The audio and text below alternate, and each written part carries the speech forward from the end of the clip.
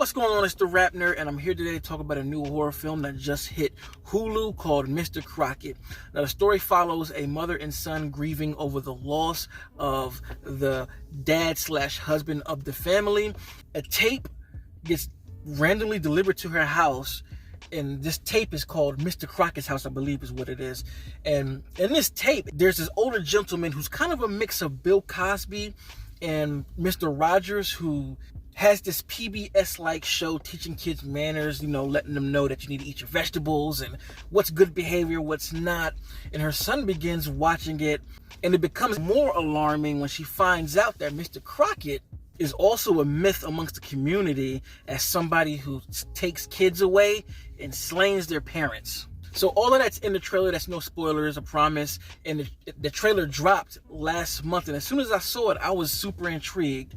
So I was doing some errands, and I figured this would be a great time to just stop and talk about the movie. It's going to be quick because I'm going to be real with you. The movie is okay. It's not great, not terrible, but I think the film is worth watching because of this villain named Mr. Crocket. The actor, I believe his name is Elvis Alasko, or if I'm getting that wrong, excuse me, but I wanted to give him his flowers because he did an immaculate job. Oh my God. And you could tell all of the resources and story and concepts and all of that was put directly into him and building him up as this horror villain. But with that, a lot of the other things in the film fall to the wayside, like character development with the characters you are with.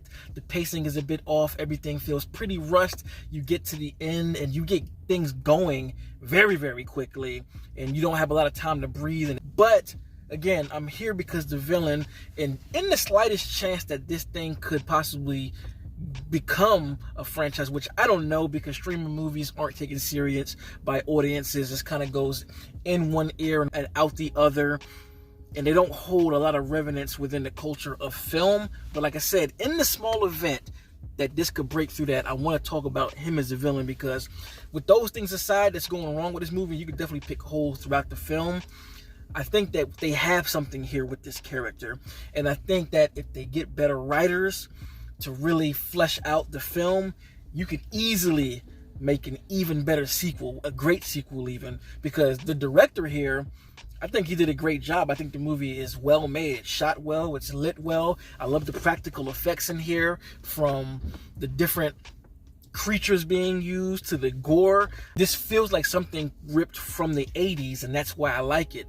Like, there are a lot of different films that this reminds me of. Sometimes it feels like Elm Street. Other times it feels kind of like Candyman. There's a little bit of Funhouse in here because of a lot of things that they do with this children's land and make it very horrific. So I feel like it's a nice mixing pot of what we've seen in the 80s. And I even like Mr. Crocket and how he operates. His voice inflection, the way he's just this unhinged force looking to burst, and how he carries that through with his kills. And the kills in this film surprised the shit out of me, because I was like, whoa, I wasn't expecting them to really go this 80s route of showing the gore in which they showed it. It's nothing super duper over the top like, Terrifier level or even In the Violent Nature, but it does take it there to where it ramps the camp up to let you know what we're watching, and I really love that aspect of it.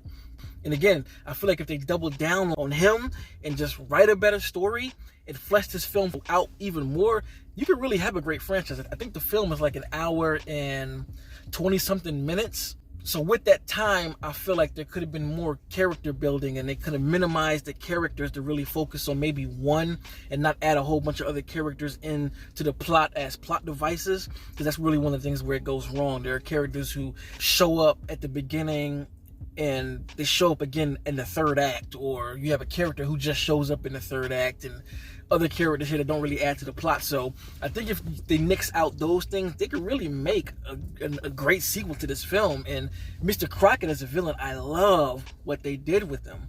I can't express enough how much the actor really killed it, showing how sinister he was. And I even like the messaging here in the film, which is one of the things that I think that fell to the wayside. Is the reason Mr. Crocket is doing what he's doing is a nice subject to explore even more, but I don't think it was done in a full enough way to satisfy the ending, because it does happen kind of abrupt. But again, the focus is on the horror elements, and I think they did an incredible job with that. So if you are interested in this film, I would say give it a watch just for him alone, because I think he did an outstanding job, yo. I had a very fun time watching this film, and it was super entertaining, though it does have its issues. I still enjoyed it, and I'll watch it again. I really liked what I saw. So let me know in the comments what you think, and if you like this kind of content, make sure to like and subscribe. And if you already are subscribed, thank you, and until next time, peace. RapNerd Productions, no capping, that's word to mommy. Instead of banking on it, now rapping is just a hobby.